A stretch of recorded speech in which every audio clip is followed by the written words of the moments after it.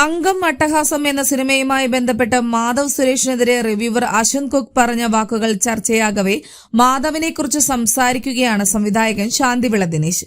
മാധവിനെ വെച്ച് അംഗം അട്ടഹാസം സിനിമയുടെ നിർമ്മാതാവ് പത്രസമ്മേളനം നടത്തി അശ്വന്ത് കുക്കിനെതിരെ ആരോപണം ഉന്നയിക്കരുതായിരുന്നു എന്ന് ശാന്തിവിള ദിനേശ് പറയുന്നു.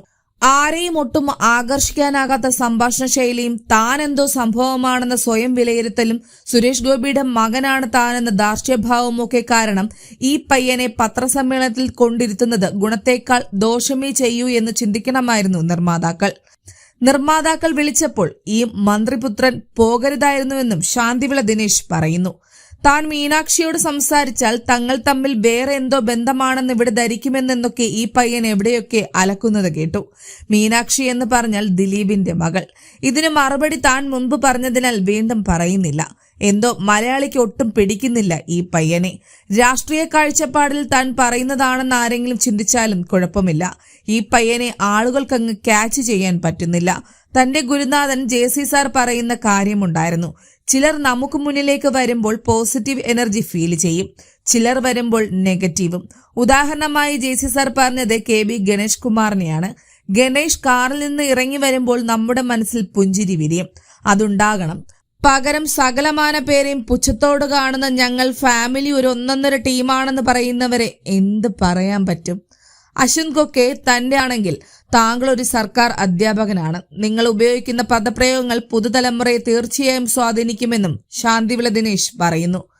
മാധവ് സുരേഷിനെതിരെ അശ്വന്ത് കുക്ക് നടത്തിയ പരാമർശത്തിൽ സംവിധായകൻ ശാന്തിവിള ദിനേശ് പറഞ്ഞത് ഇങ്ങനെയാണ്: ഒരു ഷോയിൽ അവസാനിക്കുന്ന പടത്തെ കൊല്ലാനാണ് ഇവിടെയുള്ള നിരൂപകന്മാർക്ക് താല്പര്യം. പ്രദർശന രംഗത്ത് ചത്തുപോയതിനെ പിന്നെയും കൊല്ലാൻ ശ്രമിക്കുന്നത് പരിഹാസ്യമായേ എനിക്ക് തോന്നിയിട്ടുള്ളൂ. യൂട്യൂബ് നിരൂപകന്മാരിൽ അശ്വന്ത് കുക്ക് ആണല്ലോ ഇപ്പോൾ മുഖ്യതാരം. ലക്ഷക്കണക്കിന് പേർ അയാളുടെ റിവ്യൂ കാണുന്നുണ്ട്, കമന്റ് ഇടുന്നുമുണ്ട്. അയാളുടെ പ്രോഗ്രാം കണ്ടിരിക്കാൻ രസമാണെന്ന് മലയാളത്തിലെ പ്രശസ്തനായ തിരക്കഥാകൃത്ത് തന്നോട് പറഞ്ഞിട്ടുണ്ട്. എന്നാൽ തനിക്ക് ആ അഭിപ്രായമില്ല. പക്ഷേ കോക്കിനെ കേൾക്കാൻ ആൾക്കാരുണ്ട്. 1 ലക്ഷം ചോദിച്ച് കൊടുക്കാത്ത ദേഷ്യം തീർക്കാൻ കോക്ക് സിനിമയെ പറഞ്ഞു കൊന്നു എന്നൊക്കെ വിശ്വസിക്കാൻ മലയാളിയെ കിട്ടാൻ ഇടയില്ല എന്നാണ് തന്റെ വിശ്വാസം. 1000 വട്ടം പട്ടി തെണ്ടി എന്ന് പരസ്യമായി വിളിച്ചിട്ട് 15 ലക്ഷം തന്നു എന്ന് പറയാമായിരുന്നില്ലേടോ പട്ടികളെ എന്ന് അശ്വന്ത് അബ്നോർമലായി ക്യാമറയ്ക്ക് മുന്നിൽ ചോദിക്കുമ്പോൾ അയാളുടെ കൂടെ നിൽക്കാനാണ് ആളുകൾ. കോക്ക് നല്ല വെള്ളമടിച്ചാണ് ക്യാമറയ്ക്ക് മുന്നിൽ വരുന്നതെന്ന് തോന്നുന്നു. അങ്ങനെയൊക്കെയാണ് അയാളുടെ ഭാവങ്ങൾ. ഇപ്പോഴത്തെ യൂത്തന്മാരാകാം കോക്കിന്റെ കാഴ്ചക്കാർ.